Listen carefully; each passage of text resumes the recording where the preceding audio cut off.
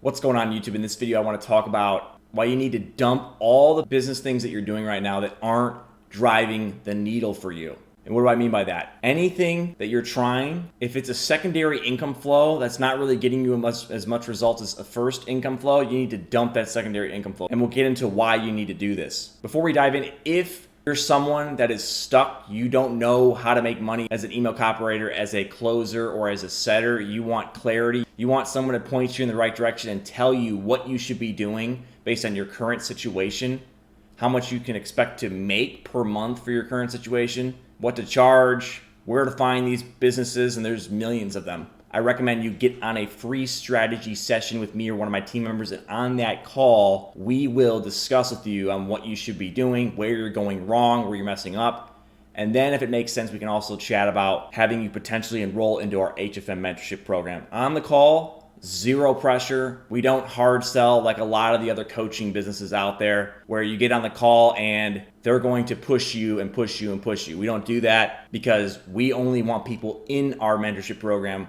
that are ready to go 100% in. They know it's the right fit for them. Also, recommend you get into our free Facebook group below. Would love to have you in there as well. Here's why you need to dump all income opportunities that aren't your main flow until you're at a spot where you can dabble in it. So for example, let's just say you're making money as an email copywriter and you're making, let's just say, $3,000 a month. And you've just gotten started, you're making your first money online, you're damn near where you need to be able to quit your job or at least stop working so you can focus all on the business. But you're spending an hour, 2 hours, 3 hours, 4 hours a day also trying to trade stocks or on the Forex markets, and you're making $50 for the whole month. This right here is a situation where you need to dump the trading immediately. Here you have an opportunity to scale to the moon with your email stuff, but you're spending all this time, you're wasting all this time on a flow that isn't going to make you money for a long time. I was guilty of this when I was starting online.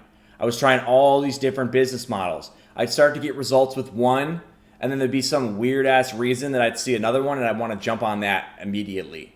And then you start to lose momentum on your first one that was actually about to start flowing you.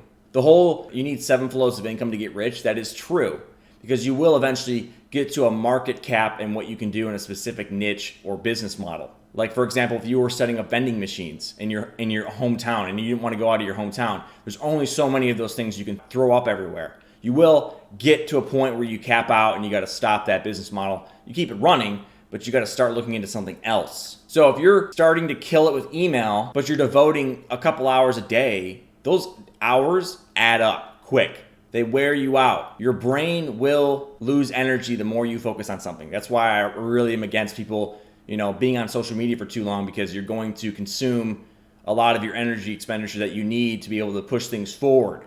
If you're constantly consuming, you are not going to be able to push your business forward as easily. Email should be your number one priority. You should dump the trading thing until you're at a spot where you're making a shitload of money with the email stuff. You've got it flowing you. It's almost passive. Then you can start working on something else and then grow that and then pick one of the winners, or you could do both. But you really got to be careful in what you're focusing on, especially starting out, because there's shitloads of things that you've got to dial in as a beginner.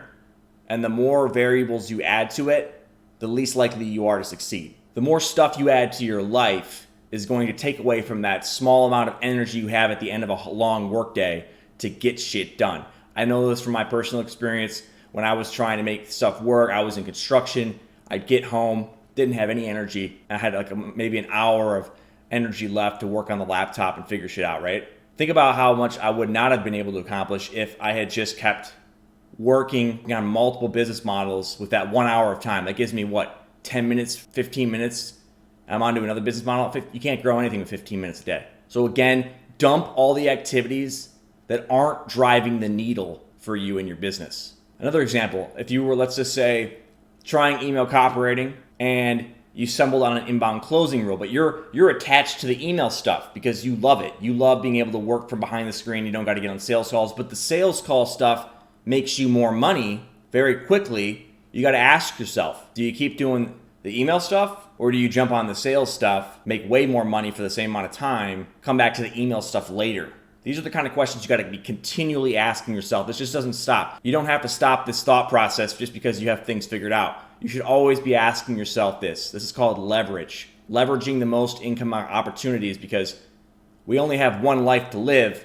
And if you're wasting it, right, on dumb stuff that's not making you the money you want, you need to really stop and ask yourself, what's driving the needle? What will drive the needle the most for me? And hop on that shit. Anyway, again, if you're someone that's lost, you don't know what you should be charging as a setter, you don't know how to get clients as a setter, you don't know how to close people as a setter. If you're someone that is having the same problem with inbound closing, you want to get your first inbound closing role, you don't know who is doing them, which are everywhere, by the way. The online education space is exploding. Or you don't know if you should get into email copywriting, you don't know where to find these kinds of clients, you don't even know how to do email, even if you did land a client.